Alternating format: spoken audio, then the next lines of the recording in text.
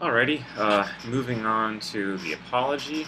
What I've decided to do for this is to just upload some study questions, a collection of them that I think um, is actually pretty good. So I feel like if you can answer all of the study questions that are in the PDF document I've uploaded, you should be in really good shape. What I do want to do, just before sending you on your way to look at those study questions, is to just remark a little bit on uh, the nature of this dialogue. It's really powerful stuff, I think. I hope that it's kind of long, so I hope that you really do read the whole thing. And I plan on having at least one or two quiz questions on your next quiz cover this material, because I want to do everything in my power to ensure that you actually read it. If only for its literary value, it's really extraordinary reading Socrates' speech.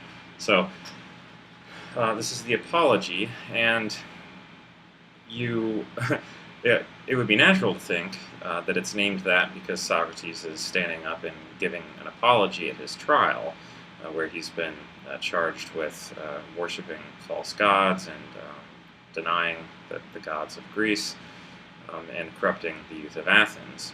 It would be natural, I say, to infer from the title that what Socrates is going to be doing is apologizing, right? But that's definitely not. I mean, in fact, it's just about the opposite. And the reason for this is that the title of the dialogue, the apology, comes from the Greek word apologia, which in Greek means a defense. So really the better title of this dialogue, or the more perspicuous title, would be the defense, right? Because Socrates is getting up and giving a defense of himself in the face of these charges. So that's why it's called the apology. So, okay, I just want to go through, I've got a few remarks here I wanted to make. If you've got the copy of the book that I ordered through the bookstore, I know some of you are reading this through the website that I directed you to, where you could read it for free if your book hasn't arrived yet. But if you've got the book, you'll notice that at the beginning, before the dialogue actually starts, the editor, or the translator, rather, provides some editorial remarks, sort of setting up the dialogue to situate you and let you know some important information. I'm not going to read through all of that or anything, but what I do want to do is just draw your attention to a few remarks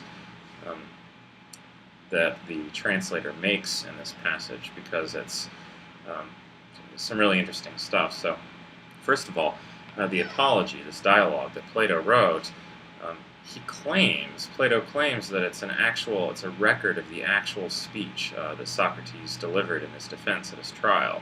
So, whereas with the other dialogues, the other three we're going to be reading, or you've already read one of them, the Euthyphro, that and the Crito and the Phaedo are all more characteristic of Platonic dialogues, just in the sense that they're fictional. I mean, they purport to be based on Socrates' actual views, but Plato doesn't claim that those words that he has Socrates, the character, speaking in the dialogues are actually the words that Socrates spoke in conversation with whoever it was he was talking to.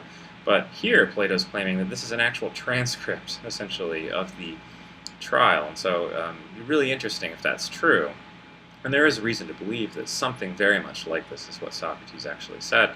The translator in this edition of the book that I've had you buy also mentions in that introductory passage that Plato was actually at the trial. So there's good reason to believe that he got Socrates' speech more or less right. Let's see, what else?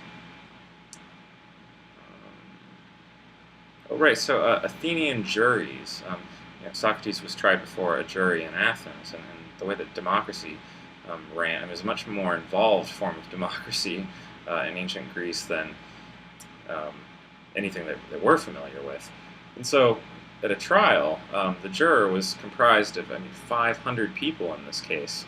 So you had 500 jurors at Socrates' trial. And the way that they ran trials, combined the duties of juror and judge by both convicting and sentencing.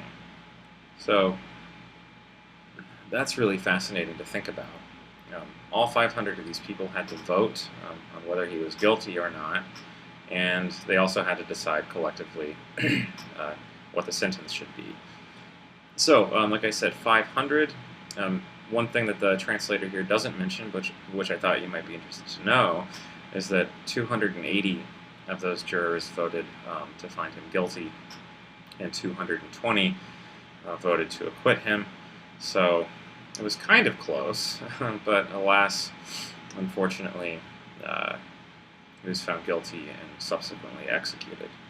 So in the next couple of dialogues, we'll be leading toward that final conclusion where Socrates is eventually executed. And so this, I think, really is gripping stuff. I remember the first time I read The Trial and Death of Socrates, I thought it was really quite compelling. The Euthyphro, I think, has some really interesting philosophical stuff in it. That's why I'm having you write your paper on that. But in terms of the literary aspect of it, just it being a good read, I feel like the subsequent dialogues in the four, I'd say 2, 3, and 4 of those are probably the more compelling of them. So make sure that you finish reading this and stay tuned for the tomorrow's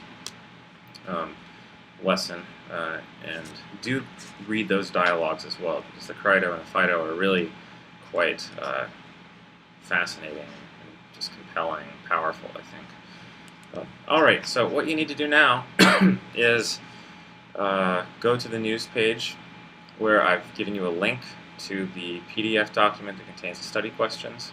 Of course, you will only want to read those questions after you've actually read the Apology. And in fact, if you haven't read the Apology yet, it might not be a bad idea to just skim those questions ahead of time so that you know what to be looking for to make sure that you can answer all of them. But the really key thing is that once you finish reading them, once you finish reading the dialogue, that you go and look at those questions and make sure that you can answer them. Some version of at least a couple of those will be on the next quiz, as I said, whenever that is. So please do it. But I understand what you really need to be working on over the next day or so is your paper. Alrighty, good luck.